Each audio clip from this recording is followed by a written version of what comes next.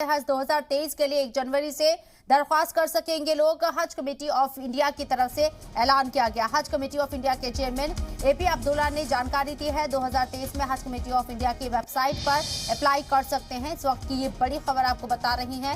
हज 2023 के लिए 1 जनवरी से दरख्वास्त कर सकेंगे लोग। हज कमेटी ऑफ इंडिया की तरफ से इस बात का ऐलान किया गया है। हज कमेटी ऑफ इंडिया के चेयरमैन एपी अब्दुल्ला ने इस बात की जानकारी दी। साथ ही साथ 2023 में हज कमेटी ऑफ इंडिया की वेबसाइट पर अप्लाई किया जा सकता है 1 जनवरी से। इस वक्त की बड़ी खबर आपको बता रही है।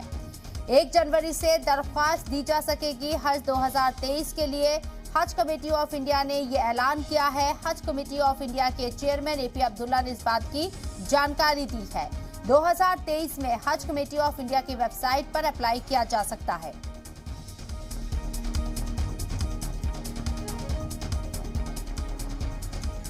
तो 2023 में हज पर जाने के लिए 1 जनवरी से अप्लाई किया जा सकता है। हज कमेटी ऑफ इंडिया ने इस बात की जानकारी दी है। इसके साथ ही आपको बता दें कि ऑनलाइन भी अप्लाई किया जा सकता है। हज 2023 के लिए कमेटी ऑफ इंडिया की वेबसाइट पर अप्लाई कर सकते हैं। शोएब रजा हमारे नुमाइंदे हमारे साथ लाइव मौजूद है, उनका रुख करते हैं। शोएब, 1 जनवरी से 2023 हज के लिए अप्लाई किया जा सकता है। इसकी ऑफिशियल अनाउंसमेंट कर दी गई है। बिल्कुल, देखिए शबनम, इसका इंतज़ार था, इसलिए भी इंतज़ार था क्योंकि हम पिछले साल को अगर देखें या उससे पिछले साल भी जब कोरोना का कहर था, उसके बावजूद हमने पिछले साल देखा कि नवंबर में ही जो एप्लीकेशंस हैं उनके आने का सिलसिला या ऑनलाइन आवेदन का जो सिलसिला था उसकी शुरुआत हो गई थी। लेकिन इस बार दिसंबर भी बीत गया, लेकिन कोई भी इस तरह की जानकारी नहीं मिल रही थी। हमसे भी कई लोग पूछते थे कि आप रिपोर्टिंग करते हैं हज की, तो आप कब तक ये जो एप्लीकेशन है उसकी शुरुआत हो जाएगी। जिसके बाद हमने देखा कि जो हज कमेटी ऑफ इंडिया के चेयरमैन हैं एपी अब्दुल्ला कुटी, उनकी तरफ से बाकायदा सोशल मीडिया पर ट्वीट भी किया गया और फेसबुक पर भी लिखा गया, उनका जो ऑफिशियल पेज है वेरीफाइड, उस पर कि 1 जनवरी से ऑनलाइन आवेदन की शुरुआत हो जाएगी और ये पूरे मुल्क में होगी। जाहिर सी बात है कि जिसको भी हज के लिए आवेदन करना है 2023 के लिए, वो वेबसाइट जो हज कमेटी ऑफ इंडिया की है वहाँ पर जाएगा और ऑनलाइन अपना आवेदन कर सकेगा।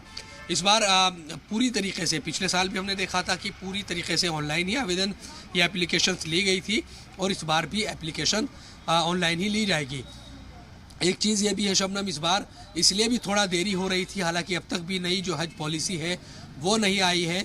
लोगों को लग रहा था, क्योंकि ये सुप्रीम कोर्ट का बाकायदा आदेश है कि हर 4 साल के बाद जो हज पॉलिसी है उसको रिन्यू किया जाएगा और उसके हिसाब से ही फिर हज होगा।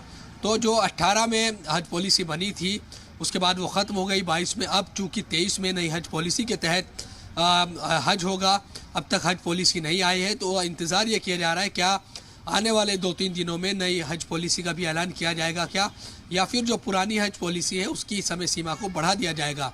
ये भी एक महत्वपूर्ण रहने वाला है इन सब चीज़ों में। इसके अलावा तमाम जो हज कमेटियां हैं उनको भी ये आदेश किया जाता है जब जब भी हज आवेदन की शुरुआत होती है कि अगर किसी को ऑनलाइन आवेदन करने में दिक्कत आती है तो अपने अपने स्टेट की जो हज कमेटियां हैं वहाँ पर भी इंतज़ाम किए जाते हैं, वहाँ जाकर भी हज आवेदन किया जा सकते हैं, लेकिन होगा वहाँ पर भी ऑनलाइन ही, वहाँ मदद की जा सकती है। तो कुल मिलाकर जिस बात का इंतज़ार था उसकी वो इंतज़ार की घड़ी अब ख़त्म हो रही है और 1 जनवरी यानी कि नए साल की शुरुआत से ही 2023 के लिए हज एप्लीकेशंस देने की शुरुआत हो जाएगी।